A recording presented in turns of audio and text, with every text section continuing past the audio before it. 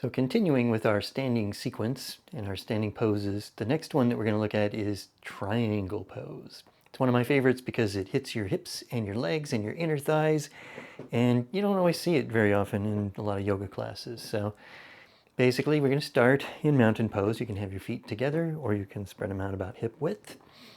Starting standing tall, and it's pretty simple. You step your legs out maybe twice hip width.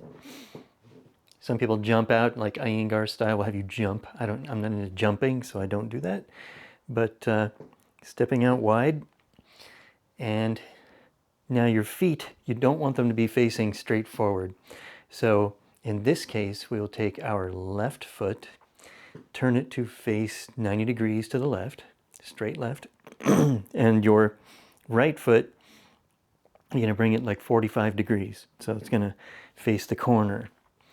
And your hips, you want to stay straight forward. So it's like you're like a flat against the wall kind of pose. And your foot, the line through your left foot should, if you traced it along, go right into like the arch of your left foot. So you should have pretty good balance. I know it's a little bit because you're flat, right? You have a tendency to go forward or backwards, but that's just one thing to work with. Your legs should stay straight. You don't want to bend them. This is not warrior pose, right? Where you're bent. They're both straight. And we raise our arms straight out to the sides. And now what we're going to do, there's a couple things. Keep your arms here and I'll show you. This hip, your right hip, is going to go that way. It's going to go to the right. Your left arm is going to be like somebody's pulling it. And so what happens is you see how I'm shifting? Almost like you're doing a hula, right? But you're not. And so pulling this way, pulling that way, that gets you set up so that your leg is in the right spot. What you're going to do now is you tilt and you go down your leg. Now you may find that you only reach your knee. Don't press on your knee. Better if you're on your shin or above the knee. And keep going as far as you can go. You're going to feel it. I feel it in my inner thigh here. Now you may want to shift your heel on your back foot out a little bit just to kind of work into the pose a little bit. You don't want to lose too much of that flat aspect of it, but you can't truly keep your hips facing forward as you do the triangle pose. But you want to do it as much as possible. Now another thing, if you can press on your shin, you can put your hand in front of your shin. And right now I feel a good stretch down my side here. Another option, hold on.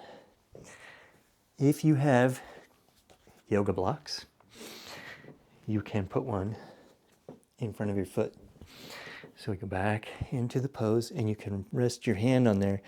That makes it a little easier to hold the pose. Now, it also relieves some of the stretch from the inner thigh. So think about what your goal is in doing this pose and try not to undo some of the stretch or strengthening that you may get from it. So if it's too easy to lean on your block, you might want to lay it flatter and just let your fingertips touch it so that it's like an anchor point for you. You could turn it, right? Our blocks can turn several different ways.